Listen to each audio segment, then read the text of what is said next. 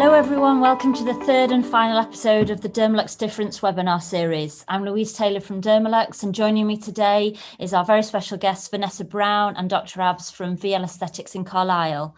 So over the last two episodes, we've covered everything LED, and I just wanted to thank Vanessa and Dr Abs for sharing their invaluable knowledge and experience with us. Due to the overwhelming response, we wanted to end this series by answering your questions. So we've picked out questions that we've not had the chance to answer, and also we've added some new ones as well. And if you've got any questions, please feel free to add them to the chat as we go through. If you missed episode 1 and 2, they are available to watch on our YouTube channel. So let's get started and hand over to Vanessa and Dr Abs. Thank you both. Thanks, Louise. Hi, everyone. So for those of you who don't know me, I'm Vanessa. I own and run VL Aesthetics in Carlisle. We're a skin, face and body laser clinic. And Dr Abs, would you like to introduce yourself for those who maybe don't know you? I'm Dr Abs. I work with Vanessa, she said, at VL Aesthetics. I do a lot of medicine, a lot of dentistry, a lot of combined treatments as well. I do quite a lot of different treatments, including LED therapy. I'm a big fan of LED therapy. I've had some amazing results with it, and that's the reason we're both here, really, just to share what we know, share our experience. And as Vanessa and Louise said, there were so many questions we just didn't have time to answer them all. So hopefully we'll be able to get through as many as possible today. And if anyone's got any extra questions as we're going along, feel free to write them into the chat, and then hopefully we can answer everyone's. Yeah, absolutely. So I think we're going to start today's session off by summarizing essentially what we discussed in the previous webinar last week. So would you kind of like to simplify and sum up as to what the 3 different wavelengths actually are and what they do? Sure. So we've got 3 wavelengths, as you said, 415, 633 and 830, blue, red, near infrared. The first one is think of it as a sort of antibacterial effect, antiviral effect. It's good for things like acne where there is a lot of bacteria. It's good for post, say, injection treatment as an example, because you don't want any bacteria to enter the skin where it's broken. So it has benefits in that kind of thing. You have the red, which is basically to sort of activate the cell, which is to increase the metabolism of the cell, to make energy for the cell to produce whatever it's going to produce, its products, its outputs. And then you've got near infrared, which is probably my favorite. It's a sort of anti-inflammatory. It's something that calms the skin down. It's good for wound healing. And when you think about it, a lot of the problems that you tell patients about in terms of post-op risks, a lot of them are to do with a kind of inflammatory response or an immune response. So that's why the Dermalux, that's why I love this setting, because you can do a lot of treatments and actually reduce the body's inflammatory response with it. So in summary, those are the 3 wavelengths.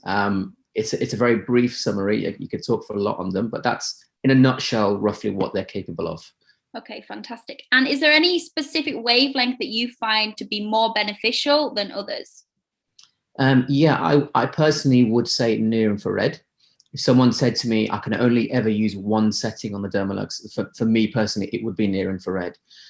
And that's because it can do something really quite groundbreaking and incredible. As I said before, every time you do any kind of treatment, needling, peels, lasers, or whatever, there is a risk that you can have a bad response, such as a scar, post-inflammatory hyperpigmentation, anything along those lines. And part of the reason is because the body reacts too much. You cause too much damage, essentially. So when you get a burn, you form scar tissue. It's just a coping mechanism. So you can make the body calm down using near infrared, which is very tricky to do, to try and elicit that kind of response from the body, to calm it down. And that's why I think it's really, really incredible. Yeah, we even had this discussion the other day when we said how groundbreaking actually the technology within the TriWave and within the other Dermalux devices actually is. And I think a lot of people don't realize how good that technology actually is.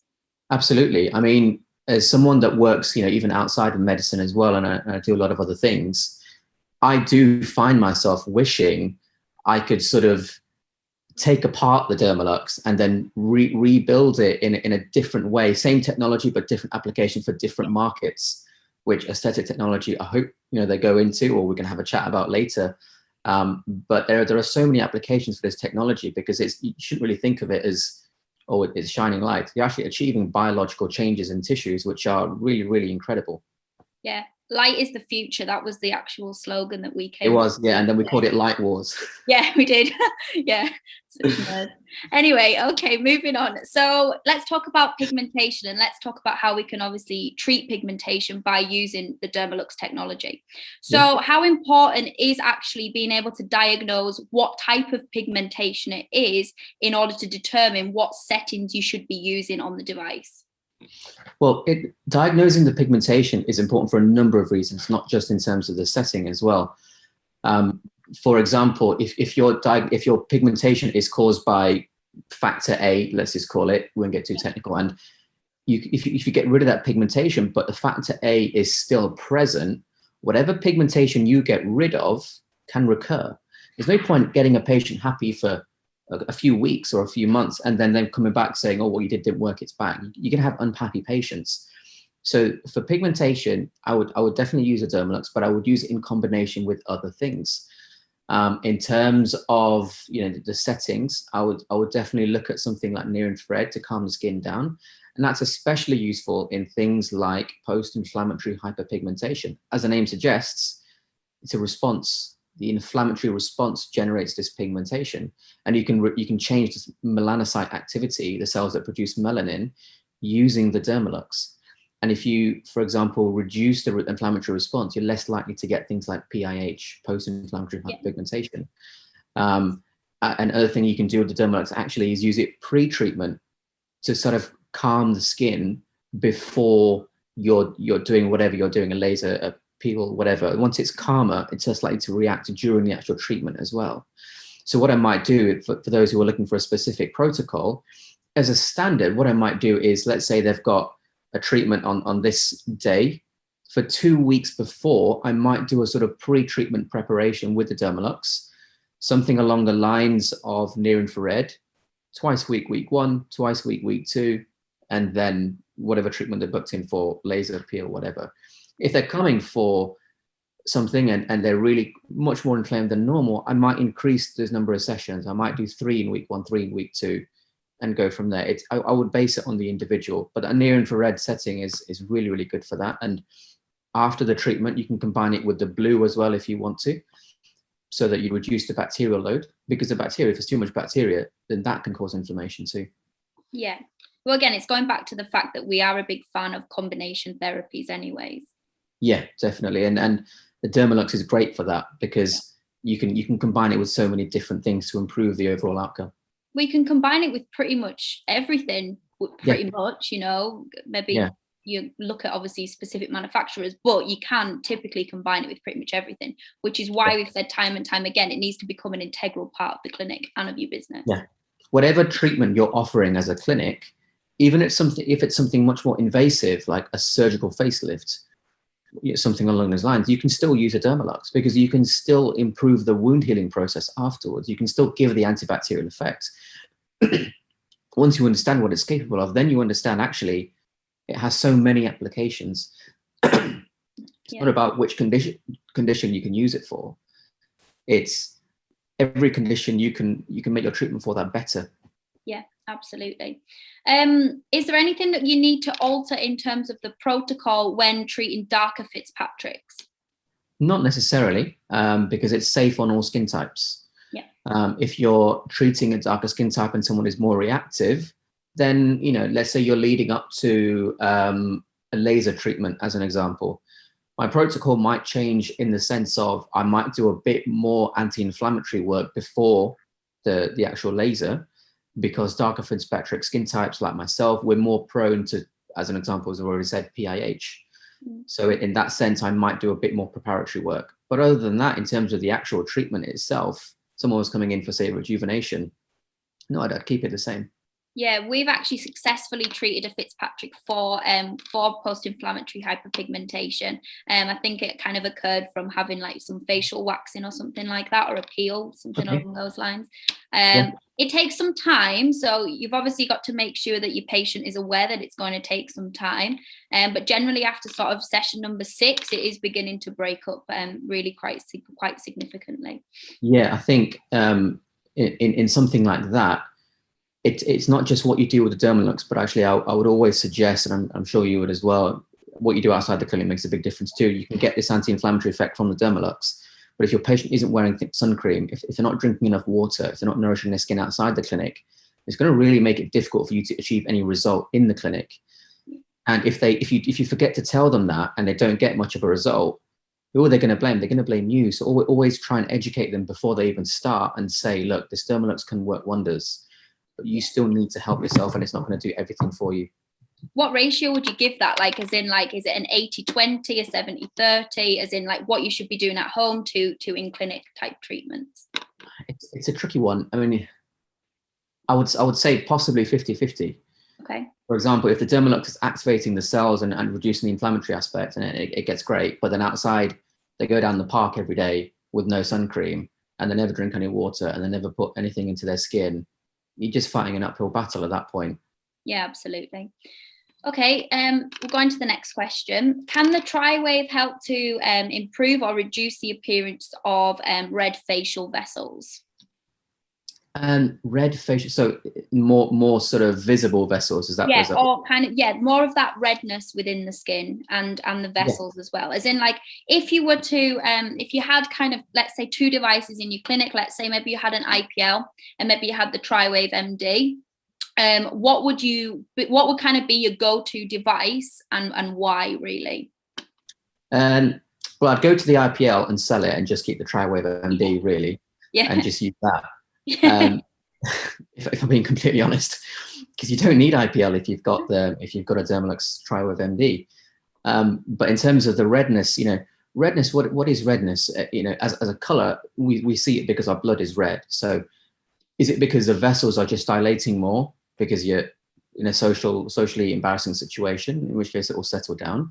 Is it there constantly, in which case are you in a constant state of inflammation perhaps? Is it because the skin is thin so you can see that blood easier even when it's not inflamed? There's many factors that lead to a red appearance, and you need to understand all the different factors. For example, if it's the thinness of the skin combined with things like good skincare, maybe home microneedling, and then rejuvenation with the Dermalux, you can improve the overall cell function of the skin and increase its barrier function too, so then you can help it that way. If it's because there's some sort of state of inflammation, then you can still use the Dermalux. You can use it on a near infrared setting. If there's some kind of bacterial load there, acne, for instance, you can combine it with the blue as well. For something like that, you are going to need a course. As a really, really rough guide, somewhere between 5 and 10, it would cover most people. You're going to have to obviously change that depending on the person. Some people might get to 10 and they might not have reached their clinical endpoint. They might need another course because things are that inflamed to start with.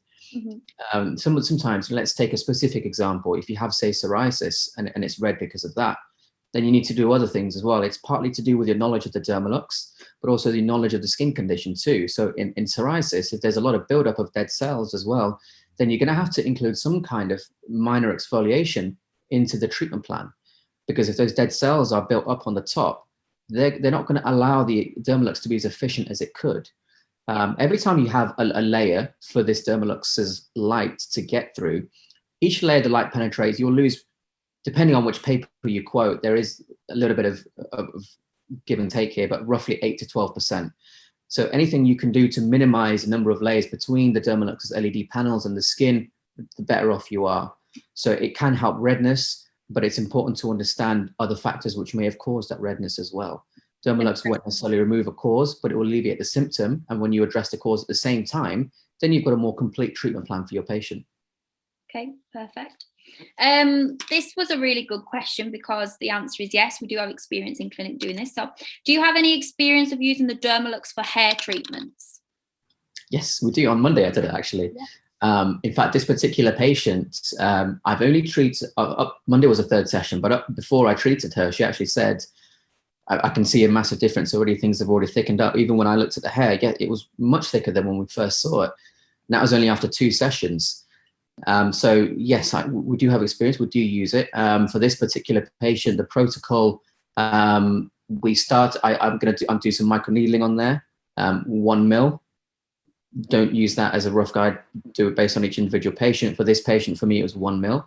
And I also did some mesotherapy, injected, for some hair growth cocktails and some custom mixtures I put together. put that in. And then immediately after I took the roller off her scalp and the mesotherapy, the Dermalux went straight on.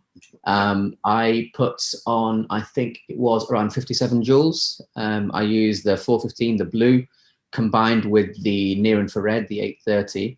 They were both on start to finish, 10 minutes. As soon as the Dermalux was done, I lifted it up and then I applied my topical products as well. So that's the protocol I've done for that particular patient. And you know, it's very, very good. You can, as I said, you can add it onto any treatment. So I can't say whether or not she would have gotten as good a result if the protocol was different, because you only get one shot, you can't reverse time. But if I had to go back, I would do the same protocol again, and I would make sure that Dermalux was there. Okay, so talk us through your logic behind wanting to kind of include the Dermalux in there with the blue and the near infrared. What were your reasoning? Well, what was your reasoning for doing that? Okay, so the blue, because it's an antibacterial effect. I use microneedling and I injected the skin as well. That means the skin is physically broken, which means it's an entry point for bacteria. That means that there's a post-op infection risk. So I want to reduce all these risks. I want to reduce the chance of bacteria going into the skin, affecting my patient. So the blue is going to help on that front. The near infrared is going to make sure that the body doesn't react too much, that it isn't inflamed too much, it doesn't give too much of an inflammatory response. So it can actually use the ingredients that I've injected in there. It can use the angiogenic growth factors, which are now released as a result of the 1 mil microneedling.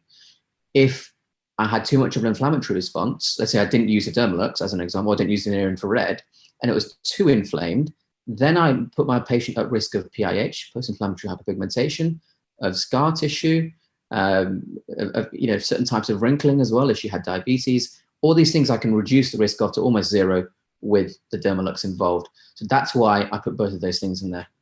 Yeah, so it really remains the question, why are people not using it pretty much? You know, why are more people not using it? I think it's, most people probably don't realize how much it can be used for. Yeah.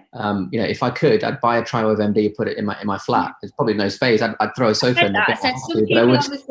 Some people spend that on a car. No, exactly. No, I would be happy to spend it on a TriWave MD for my own flat. I'll throw something out the window if I have to make space.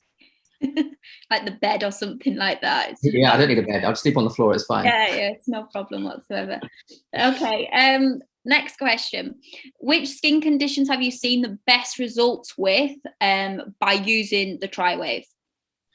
It's an interesting question. I mean, it can give you fantastic results for pretty much anything. In terms of conditions where you can only use Dermalux, which is quite rare because I would always combine it with something, even if it's something basic like skincare.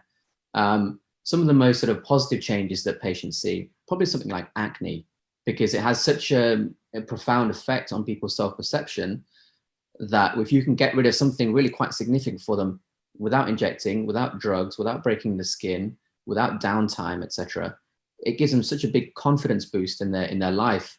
And when you're able to be responsible for the increase in their sort of overall day-to-day happiness, shall we say, they've got so much more trust in you, they've got so much more trust in your clinic as well, and they've got trust in the Dermalux and LED technology in general.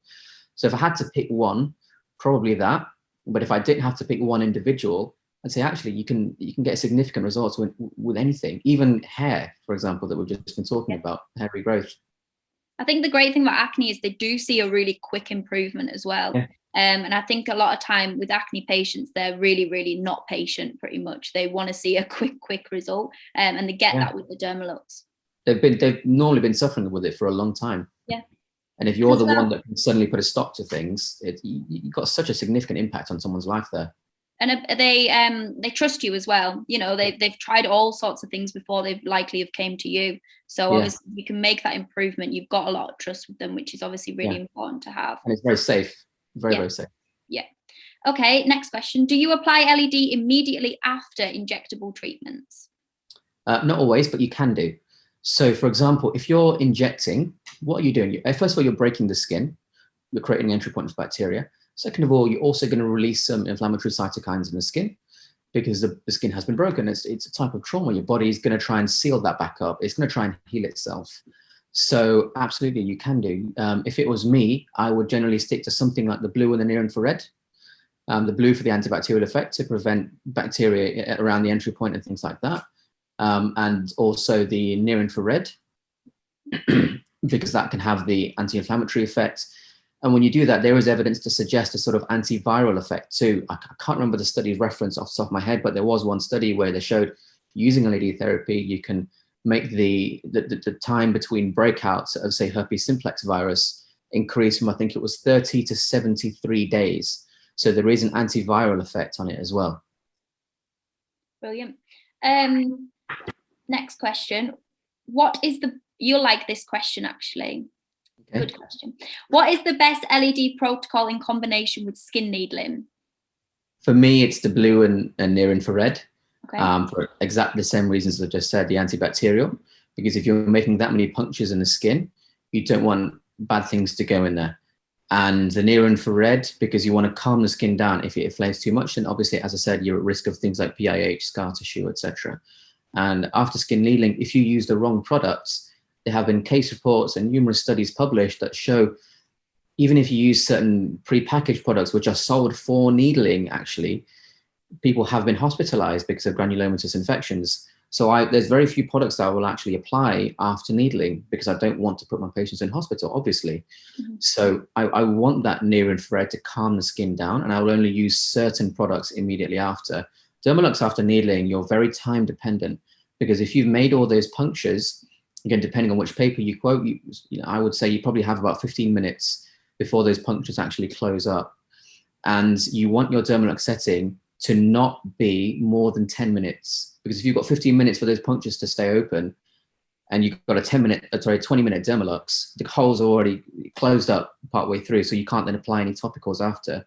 So my protocol is I'll needle, I will have the Dermalux set up already before the patient comes in. So as soon as I finish needling, my hand puts the roller down and I immediately grab the LED panels and put it straight onto my patient. That's a maximum of 10 minutes, blue and near infrared. That should deliver about 57 joules off the top of my head. As soon as that 10 minutes is over, LED panel gets moved back, and then I immediately put my topical products on. So I will give myself, on average, say 2 to 3 minutes to be putting those topical products on. So I'm as far inside that 15-minute time window as I can possibly be. Yeah, we're just going to clarify, when we talk about these protocols, we are talking about it in relation to the TriWave MD. And I can see a lot of questions going on about the Flex. This is specifically to the TriWave MD. Yeah, I mean, if you were going to use the Flex, the wavelengths wouldn't change. But people have to understand, the Flex in its category of devices, it's number one for me. If I could, I'd have one at home again. I just have whatever Dermalux I could at home, to be honest. But you can't compare it to the TriWave MD. It's like comparing, you can have two cars. You can, a Mercedes sell an A-Class, but they also sell a Maybach. You can't really compare them. They're both great cars in their category, but they're doing different things. As far as I can work out, I think the TriWave MD over 1200 seconds, 20 minutes can deliver, I think, 57, 60, probably about 242 joules of event. I'm sure Dale can correct me if he's watching, but I think it's 242 joules. The Flex, I would guess in the same time period, can probably deliver somewhere between 40 and 50. I don't know the exact number, but I'm sure Louise or Dale can correct me, but that's roughly 1/6 of the TriWave MD. So you have to understand, if you're delivering less energy into the skin, you're going to cause less changes.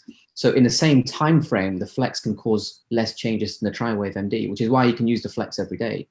So it will help, but you can't compare them because they're two completely different types of energy transfer. Absolutely.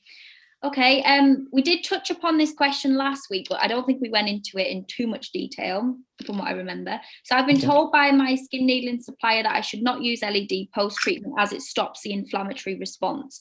Would you like to explain essentially the science behind that? The science behind that is rubbish, basically, because if you're saying that you want damage, then you're talking nonsense. Think about it this way, because the damage they're referring to, biologically speaking, is inflammation. Now, if inflammation is better for the skin, why do people that have actinic keratosis not have better skin than everyone else? Quite frankly, they don't.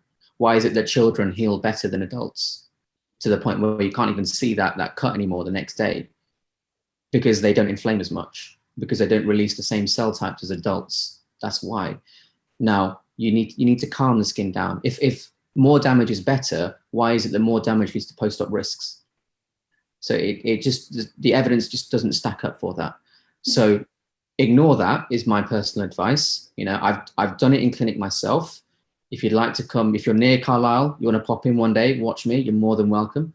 So I would say, yes, calm the inflammatory response down. If it's too much, you know, you see what happens when people get inflamed too much. When you get burned, because the inflammatory response is that big, it forms scar tissue. Scar tissue is a body's protection mechanism. It's making a shield.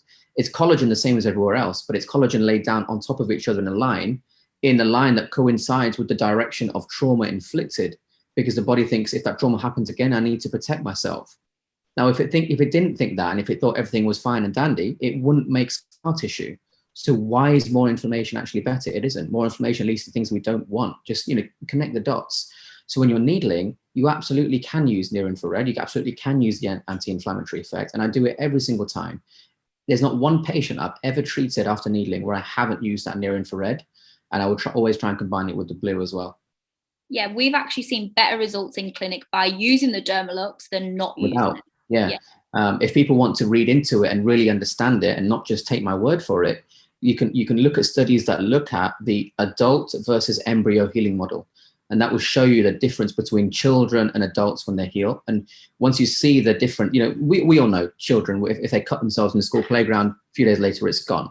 Once you see that actually that's attributed to the cellular response and that you can control that with the Dermalux, that's why it's so groundbreaking, in my opinion. You can make people heal more like a child than an adult. How many machines and devices are there that allow you to do that?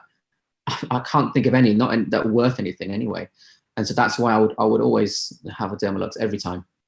Yeah, I think some people think that after needling, the reason why they wouldn't put anything on the skin is because the skin feels quite hot. It feels quite red. And then obviously if you're putting the LED on top of that, that can feel hot sometimes. But that's not really the case, right? I mean, it can feel hot, but at the same time, that's why we have a blood network.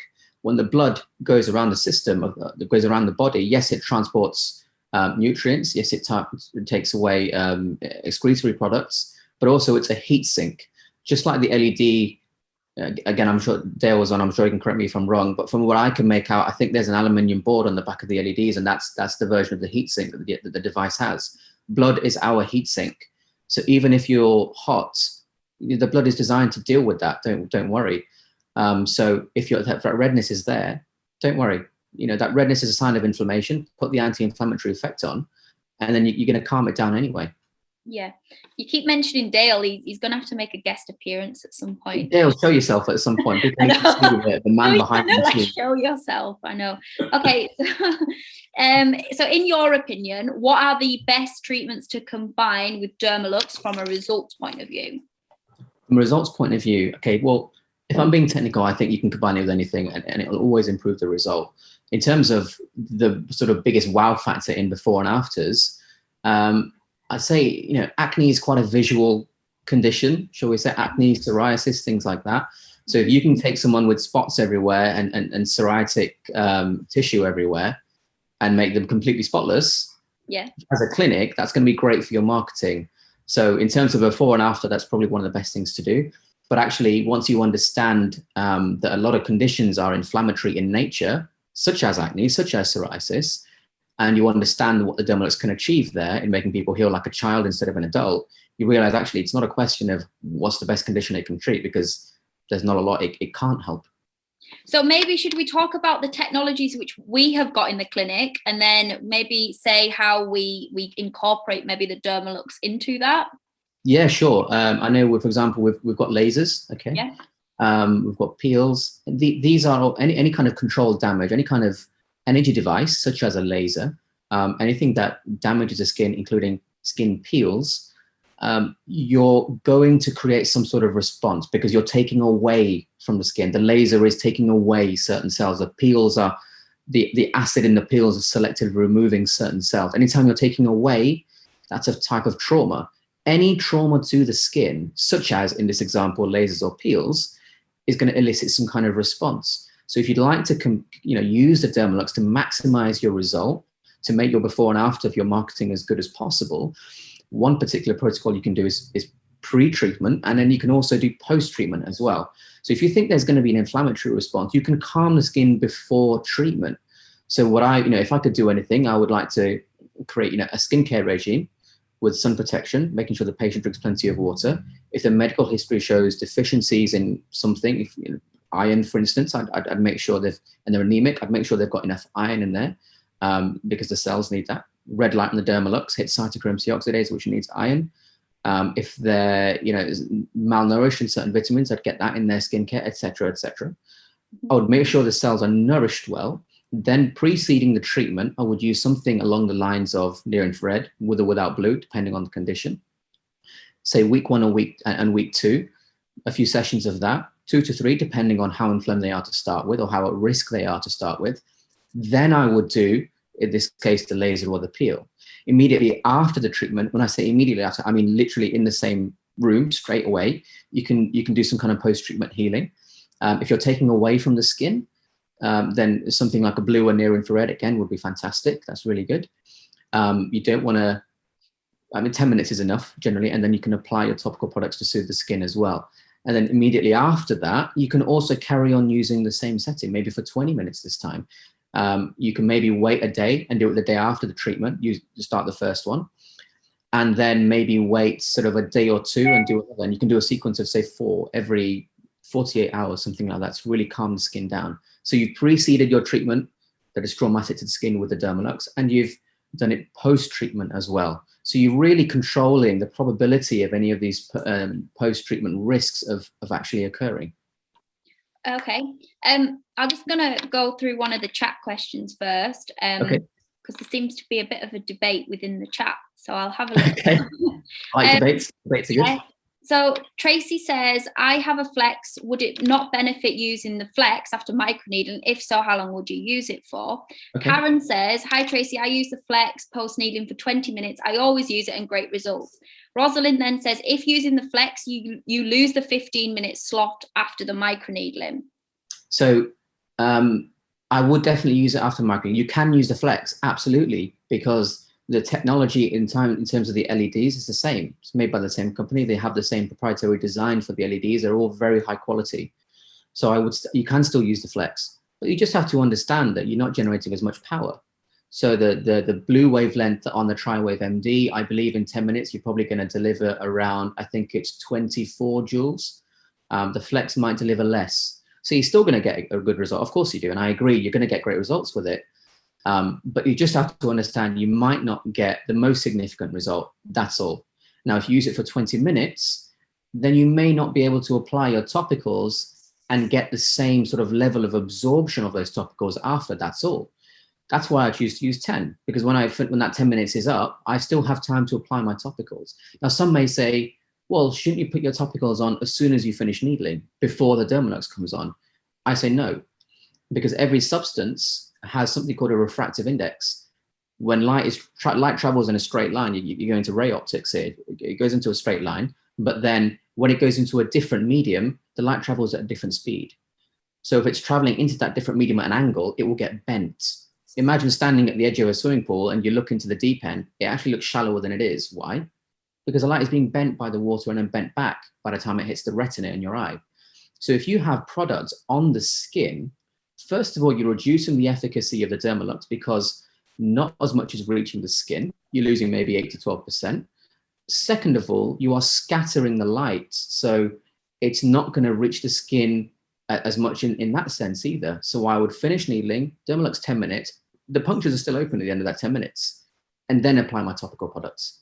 Yeah, and it's worth also saying that we do have the flex as well as the TriWave MD, and we use both. You know, if one's busy, we've got the other one going as well. They're in 2 separate rooms. I find the flex a lot more portable anyway, so we move that one about in between rooms quite a bit. And if the TriWave is not available, we'll of course use the flex. I mean, it's still a great device. Yeah. Okay, so how do you explain LED phototherapy to your patients? Because obviously, you know, we've spoke a lot about what we would say to fellow professionals, but if you were obviously having a consultation with a patient, how would you describe it? It's a very good question. You know, for me personally, I don't describe it that differently relative to actually other clinicians that I'm teaching as well, because for me, education is a big factor. That's why I do a lot of teaching at university, professionals, whatever, even to my patients. And all you need to do really is to show them, your skin is undergoing this problem, whatever they've got. Let's say they've got acne, just do as an example. I'll say, acne is partly because of the amount of inflammation in the skin. And we need to reduce the inflammation. And when you use this setting on this machine, studies have shown that it will reduce the inflammation. So therefore, because you're addressing the cause, or one of the causes of your condition directly, you're much more likely to have a good result. And when I say that to them, and I show pictures on my laptop of cases, they're much more likely to trust you. And I describe it as, there's different settings, there's different lights, different wavelengths, and they can each do something different. And sometimes you can't do this with any other device. I talk about, if you're asking your cell, if you have a certain condition, again, acne, your skin is in a certain state of health. It's not the perfect health, which is why you've got that condition. So you want to go from here to here. If you think about what that means, it means you're trying to make cells happy. You're trying to make them function better. That's the concept behind taking any patient of any condition to where they want to be. They want to improve cell function. And when I say that to them and say, okay, cell function partly comes from the cell's ability to make energy. Sometimes when it can't, that's when it gets inflamed. So when I say, you can trigger this energy production in the cell using light that is, obviously very small, you can't see it with your eye, and neither can you see cells. So they're interacting with each other in a way that you can't do with any other device. When I go down that avenue to them, they realize, okay, it's not a gimmick. It is a genuine medical treatment, especially when you get these before and after photos out. I mean, they really trust you after that. Yeah, look, education is key anyway. So educate them about their specific issue, their specific problem, and then obviously educate them that this is the solution and this is why this is the solution, pretty much. Yeah, if you get them to the point where they understand their own condition, you don't need to actually sell them anything. I do that a lot of in skincare. If they've got certain issues, me and Vanessa had this chat earlier today. If you just educate them on what they've got, you're always laughing at me, I know you are. If you educate them on what they've got, you don't actually have to sell anything, because they sell it to themselves. They realize they need it and they want it, and that's all you need to do. And I think a lot of the time we're scared of becoming across as like we're salespeople. We don't want to be coming across like we're salespeople. We want to be coming across like we're actually helping that person, because ultimately that's what we do and that's why we do it. And we want to help that person. You can phrase it to people and say, look, normally you may have had this treatment and this treatment and this treatment, and there's all these risks, and you got to keep paying, etc., like for lasers, and which are much more expensive. But if you tell them, you can rejuvenate the skin without paying that much, you actually take away that sales aspect of it, and you're on their side. You're helping them spend less. Yeah, and as well, like from a business point of view, that's why we want to invest in the best possible kit that's out there, because that's going to give people the best results. And they're not wasting their time doing 30 sessions of something else when they're not going to see an improvement. They will see an improvement fast with the Dermalux for sure. Yeah. Okay. Do you find that you can reduce treatment times between more invasive procedures when you add in the Dermalux? I think you can reduce healing time, but in terms of increasing the treatment frequency, that would depend on what it is that you're treating, or what treatment is you're providing.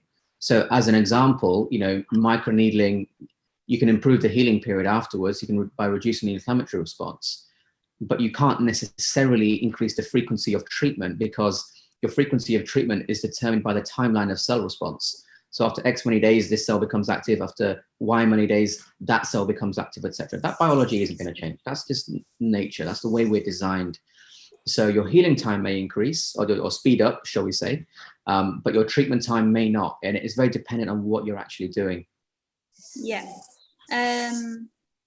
What would you say to a client who is using an at-home LED face mask to convince them to still come into the clinic for a treatment? This is a good question, because a lot of people during this lockdown time have obviously bought devices off Amazon and whatnot. I mean, my friend texted me the other day about this. I was like, don't do it. But then obviously you can rent out your Flex as well if you've got the Flex, but not everyone is going to do that. So what would you say, obviously, if you've got a patient coming in, they're like, I use LED at home. I've got a device at home. I don't need to be spending money in the clinic. I don't need to be doing that. So from an actual science point of view, what would you say to them? I wouldn't actually try and necessarily convince them to get rid of it, because once again, it's education for me. Once I educate them in the differences, they don't need to be told to throw it away. So some good points to tell your patients. These are in no particular order, and this could go on for a lot longer, but I'll condense it. So number one, let's say for instance the power. LEDs just can't generate the same power as something like an actual Dermalux device can. There's a reason there's so many fans in the TriWave MD, because if an LED is working properly, it is generating a lot of heat. So you need, and this is a technical term, you need a heat sink to take away, to dissipate that heat. So any LED masks don't have that. And so what heat are they generating? Not a lot. In which case, what changes are the LEDs changing? Not a lot. So that there's not enough power. Second of all, if when an LED generates light, it will generate it in a certain direction, and it will spread out from the LED in a cone like this. And when you're a certain distance away, all these cones will overlap and it will bathe the skin evenly. That's why you need to look at the energy delivered per square centimeter as a function of area, because that's how you calculate what's actually been transferred. Now, these cones, the cones of light, when they move out from the LED, if you're too close to the LED, you're not going to get an even bathed light all over the skin. You're going to get little round dots everywhere because you're too close and the light hasn't had a chance to spread and overlap. So you get this sort of dotting or spotting effect. I'm not sure what the technical term is for that. And an LED is obviously very close to you. So you're not far enough away to actually let the light overlap and bathe everything evenly. Realistically, I think you need to be, I'd say probably about 25 mil to allow that light to overlap. So you're too close, there's not enough power. And most of the time they come with things like yellow and green and pink light. If they had any kind of therapeutic effects, aesthetic technology would have put it into the Dermalux, but they haven't, and they could have easily. There's just not enough clinical evidence behind those other wavelengths as well. There's many reasons, but if you want to educate them, three main ones: not enough power, wrong wavelengths, and you're too close for the light to actually overlap and spread out evenly. Yeah. What advice would you give to anyone looking to invest in an LED device? Well, I think the main thing is obviously do your research. Is number one. There's Dale. Oh, there's Dale. I've just been pulled out of a meeting going, come on, there's questions, come and answer. Lots of questions. You've made Abs's day. There you go. How are you both? You well? Good. This is Dale, for everyone that doesn't know. He's one of the guys that helped develop the Dermalux. I don't know if you've heard my answers, Dale. I haven't. I'll watch it back and slap me on the wrist if I've said anything wrong. But we've just had one about LED masks, and I said, three main points to give your clients. Number one, not enough power. Number two, probably not the correct wavelength. And number three, too close. You need to be at least 25 mil, otherwise you're going to get this sort of spotting effect. Would you agree or disagree with those? 100%. So this has been one piece I've talked about on face masks before, where obviously you've probably heard of me talk about inverse square law and how close you are to the LED light, and all that happens if you just oversaturate the skin cells by being closer. So really, the way I've spoken about it before is if you take a torch, you shine it on the surface of the table, you move the torch away from the table, obviously the light disperses over a larger area. There's a lot of work that goes into the optic design of a device in terms of getting the uniformity of light, which is why on the devices, say like the Flex or the TriWave MD, we always state a minimum distance of 25 mil, and then you want to move yourself further away. If you do that, you stand a better chance of having basically a more diffused effect of the light going across a bigger area. And then you just need to make sure that you've got the power behind the light engine to give you the power you need per density or per centimeter square. So bang on. Yeah. If you educate your clients on that, and I have before, ones that have talked to me about LED masks, at that point it makes sense once they understand that, and then you don't have to tell them they don't need their mask. They do it themselves actually, and I think education is key to answering that question.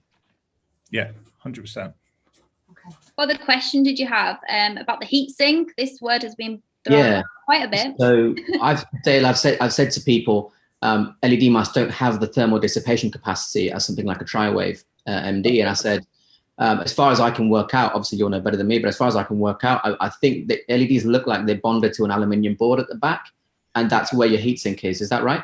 Yeah, that's right. So say, for example, if you take the TriWave MD, what we've got on now is you've got effectively a metal-clad PCB board. So it's an aluminium PCB. The LEDs are mounted to that. The reason that's important is if, say, for example, it's a traditional PCB, say like a fiberglass board, you're creating like a thermal interface where basically the heat takes longer to dissipate through the material and go to its next interface. So The more metallic surface, the more you can get rid of any air traps in between interface between the LED and that of heat sinks, the quicker you can basically draw heat away from the chip, meaning that the overall optical energy from the LED stays higher, so the performance is higher.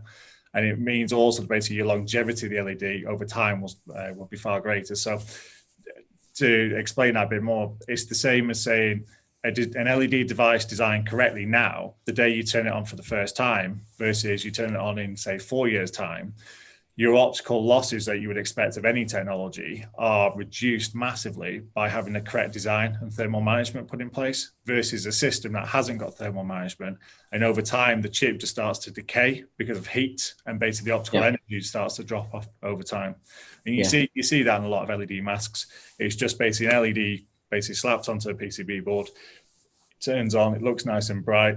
You measure one today versus measure it in 2 years' time, you've got two completely different results. Yeah.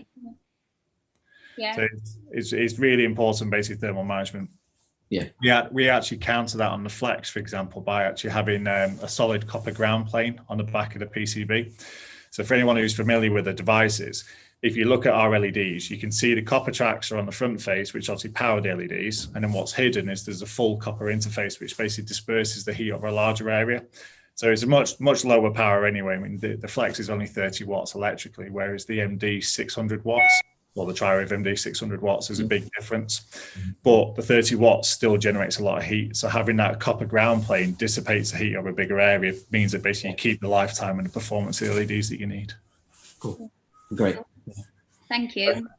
No problem. If there's anything else, just feel free to drop us an email to info@dermaluxled.com. I'll happily pick up on anything, but I'll pass you back over to Louise. And it's best. Thank you. You too. Bye. Bye-bye. Thanks. Okay, cool. Should we go through the questions that have maybe come up in the chat? Yeah, go for it. I'm sure people here have got a lot of questions. Let me see. What are the complications of Dermalux?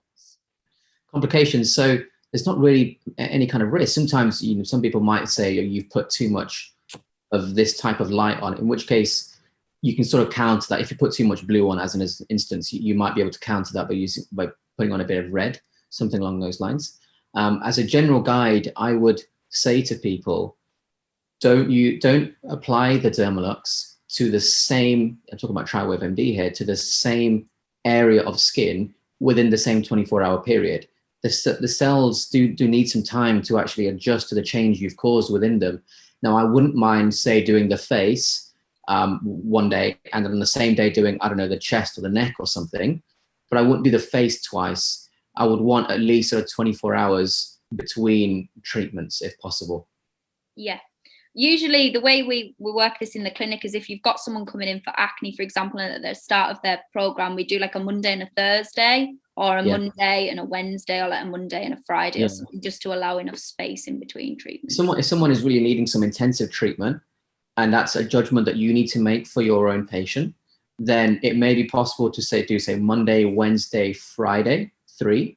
But that's based on the TriWave MD because it delivers much more power, much more energy. If you've got a Flex, you don't necessarily need to follow that. You can actually use the Flex every day because it's not transferring as much energy into the skin. Yeah. How long after minor surgery could you use LED? After minor surgery, you can actually use it straight away. If I was doing, for example, a thread lift on someone, I would have no problem with finishing the treatment and then popping the Dermalux straight on, whether it's the Flex or the TriWave MD, either or. You can do it straight away. However, it needs to be done in a particular way. As I said before, every layer between the skin and the light takes away, say, around 8 to 12% of efficiency. 8 to 12% of the light. So if I'm going to put it on straight away, I want to make sure my skin is clean and I want to make sure it's dry if possible. Now, sometimes that's going to be difficult because if you've done a very invasive procedure, you might have blood. Hemoglobin in the blood that has oxygen, i.e. oxyhemoglobin, or hemoglobin without it, deoxyhemoglobin, those molecules will absorb some of the light. So if you have blood on your skin, if you can, apply a little bit of pressure to stop that blood flow and dry the skin, and then put the Dermalux on. If there's too much bleeding, you've got to question whether it's worth it or not, because the blood will take away from the quality of that LED therapy. So you need to make that judgment for yourself, but you can use it immediately after for sure. Okay. Rebecca says, I have the Flex and I have had clients for rosacea and anti-aging. They have used maintenance and they've been on a course of 12, but I must say the results were very, very subtle. Should they have had a longer course? If you're using it as the main treatment modality, if you're using the Flex, you have to understand, because there's less power in the device, my mental math tells me there's roughly 1/6 of the power in terms of the number of joules it can deliver. You have to understand, to achieve the same end result, you are going to need more time. Now, one advantage with the Flex is that you can do it every day, but you're going to need more time nonetheless to actually try and achieve the same result. In a given amount of time, you will achieve a lesser result with the Flex than with a more powerful device, because it is a less powerful device to start with. So if you're using it to treat those kind of things, the results may be subtle, but is it subtle because the Flex isn't as powerful as a bigger device? Or is it subtle because you've used the Flex but not combined it with other things that you could have? Like, for example, certain types of skincare as one instance.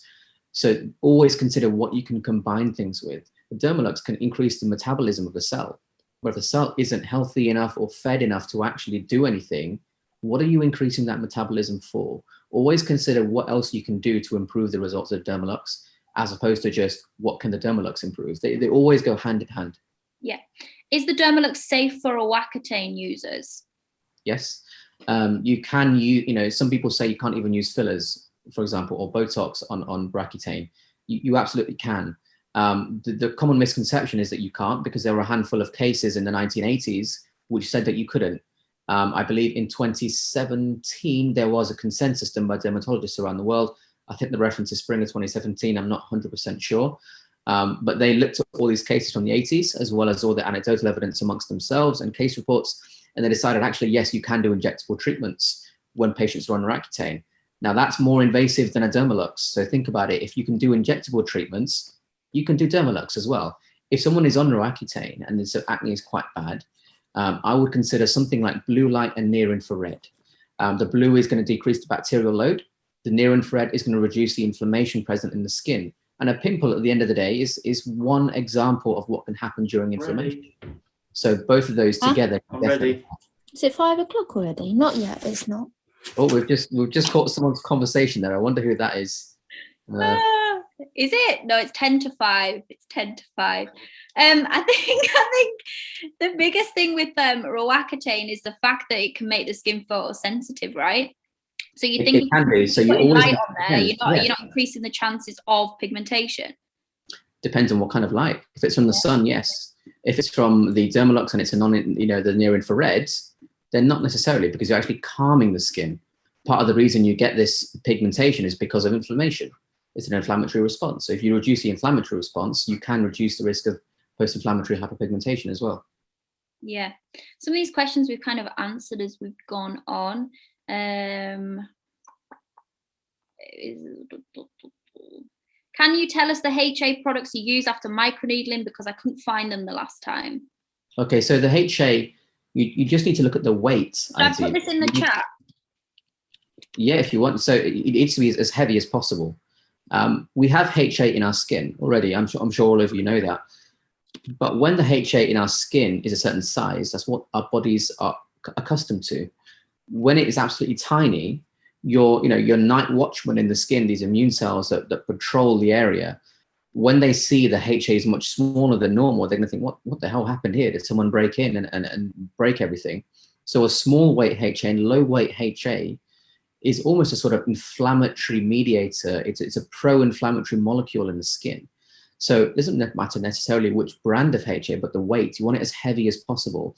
So I personally do like something like, for example, TKN HA3. TKN is Toscani. Right now, yeah. I think they're French or Spanish, I'm not sure. Sorry. Toscani HA3, that is 3,000 kilodaltons. Or if you want to think of it, 3 megadaltons, so 3 million daltons. That's great. That is a very high weight. It's much closer to what you have in the skin. So it's less likely to produce an inflammatory response. Now, for those of you that would like to read more into it, you can see studies that have looked at low weight HA, and they purposely use it. I have purposely used it to actually take collagen out of people because of the inflammation that it elicits. You take collagen out of people by using HA, by putting a low weight in there. that will stimulate something called MMP, matrix metalloproteinase. That is an enzyme that actually breaks down collagen. Why would you want to break down collagen? For example, a keloid scar, which is just collagen that's been formed in a non-aesthetic way, shall we say. So you can use low weight HA and something like that to break that scar down. Yeah. So I would never use it after needling, because you don't want to, point of needling is to rejuvenate skin, make it better, not make it worse. So I only want to use high weight. TKN HA3 is one example. You know, if you prefer a particular HA, ask your manufacturer, what's the weight in there? If they don't want to give it, don't use it. If someone's happy to give it, then they've got nothing to be afraid of, and you can trust them more. Yeah. What for active acne, what will be the protocol for blue LED? So I would combine the blue with the near infrared. I may or may not use the red itself. You know, if it's extremely inflamed, I probably wouldn't use the red as well. I would do probably just the blue and the near infrared, and then when it settles down, then add the red in. But you can do that for 20 minutes, blue 10 minutes, at the same time, near infrared 10 minutes, with or without the red. The red is, you've got to judge based on the patient's current state of inflammation. If there's too much, you know, avoid the red if possible. Yeah. Maybe they meant what's the frequency of treatments? Ah, right, I see, okay. For me, you know, without seeing a patient, as a rough guide, as an average, I might say 2 treatments a week for about a month, and then 1 treatment a week for another 3 weeks. So you're looking at, as an average, maybe 7 weeks total. If the bacterial load is really quite high and it's really quite bad, I may adapt that, and I may say 3 a week to start with, and then go from there, and then maybe bring that down to 2, depending on the patient in front of me. So if you stick with 2 a week for 4 weeks, 1 a week for 3 weeks immediately after, as an average, and then if someone's more inflamed, maybe increase that, and if they're less inflamed, maybe decrease that, or if you want, just keep it as an average as that. Yeah. Christina says, would there be enough time in a 1-hour skin treatment to use the flex and achieve results? Yes, our skin therapists have an hour for skin treatments, depending on obviously what you're doing. Sometimes there's an hour or 75 minutes. But yeah, there's definitely enough time, and people do see a big difference even just for 10 minutes after treatment. I think Michelle's just asked, does it apply to the compact? Yes, it does. The technology in the LEDs is the same. The wavelengths they produce is the same. Yep. Eczema, is it possible to use it? You can use it. It won't cure eczema, but it will help. So you have to understand what, you know, for that patient, what kind of factors are leading to that eczema. If the diet is poor, if they've got some kind of medical condition, you're obviously not going to cure that with a Dermalux, but it's part of your treatment plan for it. If you're looking at things like, you know, injectable treatments to increase the HA in the skin to aid the dryness or something like that, yes, then you can use the Dermalux in combination with that to help, but it's not a standalone treatment for eczema. It's something you combine with other treatments. Okay. What would you use to get rid of excess skin before treating psoriasis with the Dermalux? So I'm guessing what they mean by excess skin is dead cell buildup on top. So that depends for me. If someone is a higher Fitzpatrick skin type, it probably takes away light peels. I mean, if it's light, they're less, it's not as high a risk of PIH anyway, of hyperpigmentation. But that's one option. You can use a physical exfoliant like a loofah brush or a pumice stone, gently. You could look at certain skincare products that have certain acids in low concentrations, maybe like a sort of 10% at home lactic acid, or a 7% glycolic acid toner, something along those lines, maybe even a mandelic acid. Mandelic acid chemically is a much bigger molecule, so because it's big, it can't fit through the skin and penetrate to deeper depth, so it stays very superficial. So mandelic acid at home, maybe something like 5% or 10% is another option. You can use skincare products which aren't an acid in themselves, but trigger the skin's natural acid production to take things away as well. So if they can't take an acid, use an acid precursor. That's another option. So it's a few different options there, and you've got to just pick which one is right for your patient. If they're a darker skin type, just take care, because they're more likely to inflame and have inflammatory risks. Okay. Would you recommend not having any products on the skin regardless of the treatment?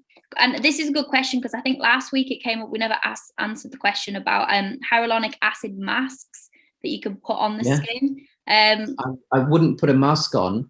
in fact, I won't put anything on between the skin and the Dermalux. As we said before, around 8 to 12% loss of light is present for every layer the light has to go through to get to the skin. So the less there is between the source of the light and the target of the light, i.e. the LED and the skin, the more efficient you are in transferring the energy in that light into the skin. So if you're putting a mask on, you are losing quite a bit of clinical efficacy. So that's why I would never do that. It's okay to put the mask on another time, but I wouldn't put it on and then put the Dermalux on top of the mask, ever. Sorry to interrupt. Hello, hi again. There was a question that was directed to me about, because in our protocols we have sort of what you can use on the skin and what we don't recommend to use. That's so I know, you know, if people are creating like a protocol, like a facial, it is quite, you know, we might be putting products into the skin. It could be mesotherapy, but we would always say it's something that's water-based, but it's got to be fully absorbed. Yeah. So if there is going to be, you know, if it's like in a combination sort of treatment, but nothing that's going to create any barrier on the skin, you know, yeah, because you're absolutely right. I would never leave any acid on the skin at all.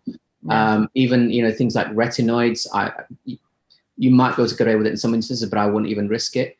You don't want to risk something like retinoid dermatitis. You want to keep it as minimal as possible. If anything, something very safe like hyaluronic acid. Yes. Personally, I'm happy with that. Yeah. Yeah. And that's exactly what we would say. But there was a question that came through directed to me. So I just wanted to make sure that while we were discussing that's because it is in our protocol. So we use that as well. We stock AQ Skin Solutions, and they do like an intensive moisture mask. So we obviously we can sell that as an add-on as well to the treatment. So there's loads of different add-on things that you can do, and you can really kind of incorporate everything that you've got. But yeah, just make sure it's well absorbed in the skin before you put, because even with something like HA, you know, because of the size of the molecule, if it's not absorbed, you just get it can sort of dry on the surface of the skin, so you just get that dry sort of feeling. So yeah. Okay. Absolutely. I'll let you continue with your questions. Thanks. Do you use microneedling with RF or just microneedling? Does it change your protocol with LED after? Yeah, we use both actually in clinic. We've got both. Yeah, your inflammatory response is going to be greater with microneedling in combination with RF, because the RF energy is delivered by using the needles themselves as an electrode, and that's delivered directly into the skin, into the dermis, and that's how you're going to cause your coagulation. So your risk of inflammatory response from the skin is greater with RF microneedling as opposed to just microneedling. So if anything, it's probably more important to look at the near infrared setting with RF needling than needling. But in terms of the actual full protocol, it doesn't massively change. It's still blue and infrared, blue and near infrared for me, regardless of which one you're doing. Yeah. This is a good question. Using the protection black goggles, is there still a benefit in the eye area? Yeah, I always thought this, but yeah, it depends obviously how you position them. Make sure you're positioning them obviously to protect the eyes, but you want to still treat the eye area because it's really, really effective at treating that area. Definitely. Can we talk more about the flex? Yeah, look, like I said, we've got both in the clinic. We use both, and both are extremely effective devices for sure. So if you've got the flex, it's a great device, it's a great entry point as well, and you can see visible results. It just takes a lot longer to see the results than with the TriWave. So that's really the difference between them.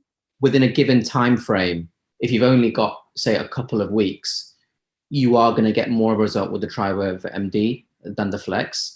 But they're completely different things. You know, the flex is, in my opinion, the best in its category, and the TriWave MD is the best in its category. They're just two different categories, that's all. You can still get great results with the flex, but it just can't generate as much energy, that's all. And you've got to realize that when you see that the results aren't quite as good as a more powerful device, that's all. Yeah. For example, if someone needs 5 sessions with the TriWave MD, how many will they need with the flex? Double the amount or triple the amount? It might even be more than that, you know.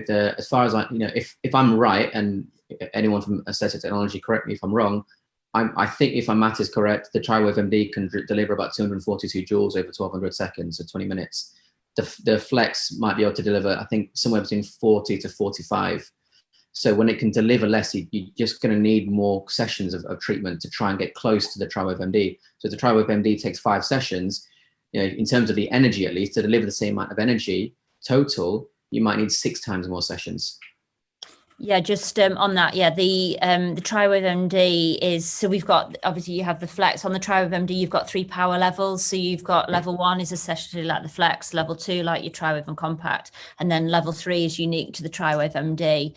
Yeah, but you're right. And actually the treatment time is longer. So the recommended treatment time with the flex is 30 minutes, whereas on your TriWave MD, you've got 20 minutes, and on the TriWave and the compact as well. And then you've got your 10-minute, like your combination post-treatment protocol. So But of course, it can depend on the skin condition as well. And, we've seen, with the feedback we get on the flex, we see people get very fast results, but it can depends on the health of the skin, what are we treating, the severity. Like you were saying, there's so many factors to consider that it's quite a difficult question to give a black and white answer to, really. So, as a general rule, I would just say be prepared to do more sessions and more frequently. Yeah, definitely. Yeah. Rebecca says, so in theory, you should charge less for the flex and the TriWave. We actually don't differentiate on price whatsoever, because it's just a protocol that's different. So 20 minutes for the TriWave and 30 minutes, like Louise just said, for the flex. So that in terms of a pricing point, it's the same. At the end of the, if you think about the economics of it, you're kind of charging for time, and you've got to decide what your time is worth and then charge accordingly. So if they're taking 20 minutes of your time, decide how much you want to make for that 20 minutes and then break that down across each device. Yeah, and also if you're a business where you've got multiple skin therapists working there, if you've got multiple devices, obviously they can be used at the same time as well, which is what we do really successfully with both devices. Yeah. What concerns can you treat in the eye area with the Dermalux? Concerns with the eye, I mean, one common complaint that you might see with eyes is dark circles. Pigmentation can be helped with the Dermalux. It can alleviate the amount of melanin synthesis in the skin. If you use that near infrared, it can sort of modulate the melanocyte activity and help things sort of brighten up a little bit. And again, the red setting of the skin can increase the energy production of the cell, what we call the metabolism, the metabolic rate. Once you actually increase the metabolic rate of a skin cell, what also happens is that when there's certain levels of energy reached, the cell recognizes that, and the DNA is then read, and certain growth factors are then transcribed, and you can actually release growth factors into the skin, and that will include things like angiogenic factors, which can increase blood flow to certain areas as well. And on that point, this is why actually there's not really a massive need for things like PRP anymore, because you do PRP for the growth factors, but you also get a lot of inflammatory factors because they come together. With the Dermalux, you can get growth factors without the inflammatory factors. And I wish, actually, I'm begging you, Aesthetic Technology, if you're still watching, to let me do a clinical trial where I can prove that and show there's not really any need for PRP when you have things like the Dermalux anymore. I'm sure Louise will be. Sorry.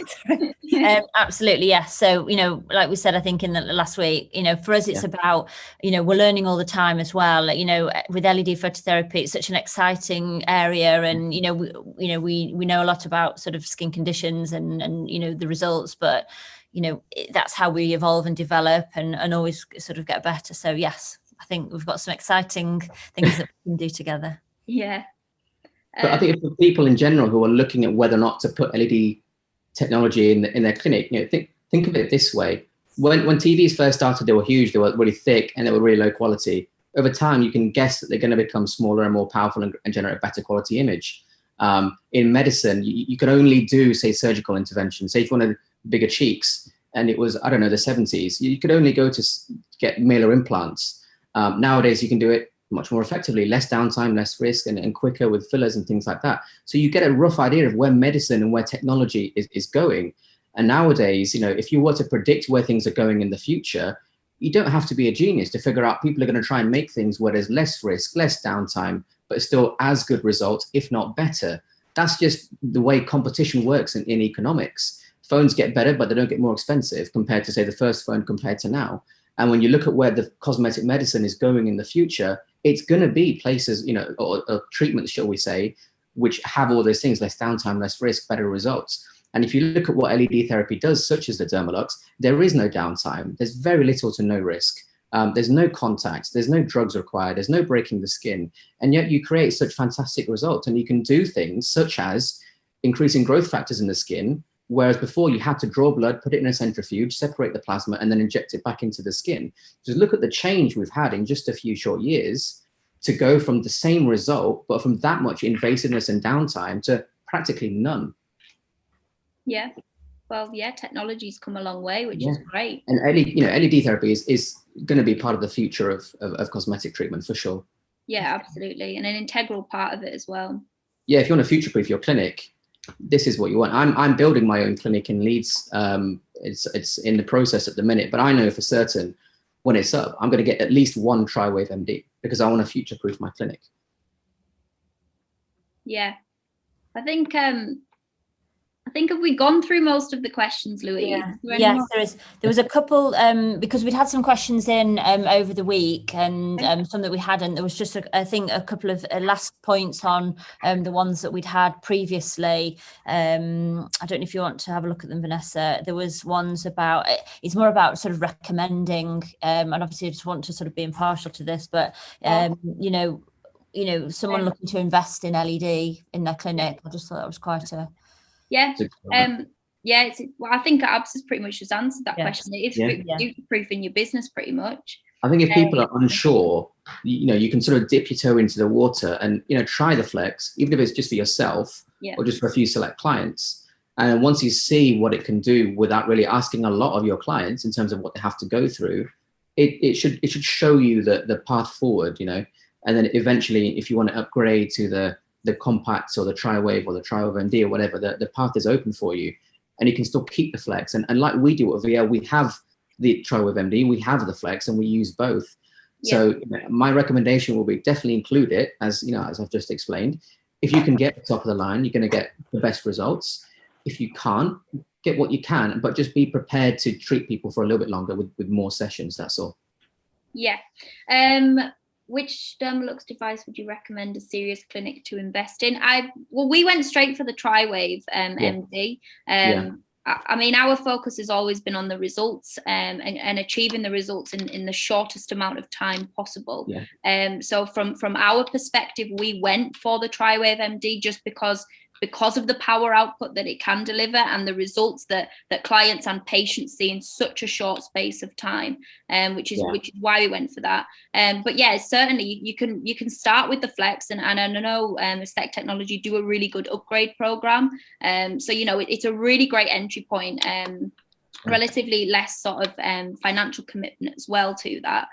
So it's a really good starting point. Yeah, when you're looking at deciding which LED treatment, the way to look at it is not who's the most expensive, who's the cheapest, who do I know. It's what determines whether or not I get a good clinic.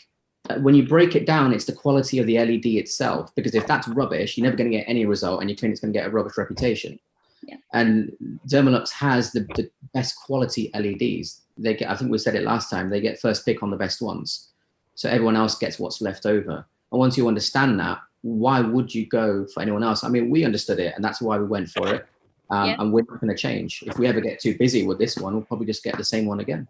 Yeah, totally. We're not exactly going to change brands. It's like when you like a car, you don't really change brands from that specific car, unless you're doing an upgrade, pretty much. Exactly. And there's nothing to upgrade from at the minute with the TriWave MD.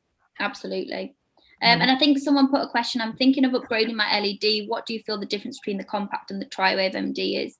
Well, again, we haven't used the compact, so from our perspective, we can't really answer that. But what we can say is obviously from the TriWave MD point of view, it delivers phenomenal results in such a short space of time.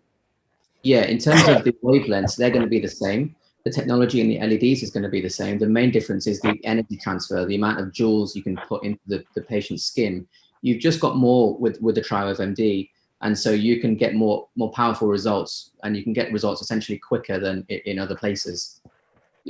Yeah, definitely. What advice would you give to anyone who already has the Dermalux in their clinic? Well, I think definitely, coming out of this lockdown time, use these next 4 weeks wisely. Obviously make sure your calendar's fully booked and whatnot. And think about ways to integrate it into every single treatment plan that you're doing. Don't think of it as an add-on service. It's great as an add-on, but just really think of ways to maybe develop your treatment protocols and include it into that. Yeah, and you know what, economically speaking, the fact that you get this greater result, but at the same time, you don't necessarily need one of your staff to stand there the entire time. Someone can set it up, go do something else for another person, and then come back, because a patient doesn't necessarily need to be supervised for this kind of thing. So your economics works a lot better for your clinic as well, because you've now got a free person, and yet there's still a treatment going on. That's true. However, we kind of do like to recommend that sometimes someone does stay there. One, to make sure that their home care is going well, that they're doing everything outside the treatment. So certainly for the first few sessions, make sure that you are staying with that person. But then you obviously can leave them and get on with something else in the clinic, update their notes or whatever they need to be done, really. Yeah. Wow, we've had lots and lots of questions, haven't we? I know there's still, I think they're still coming in as well, aren't they? And obviously, I'm just conscious of time for everybody. We will keep, as we did last week, and we've addressed them. We will keep these all the questions on file. If anybody's got anything specific, then please contact us, and we'll answer them for you.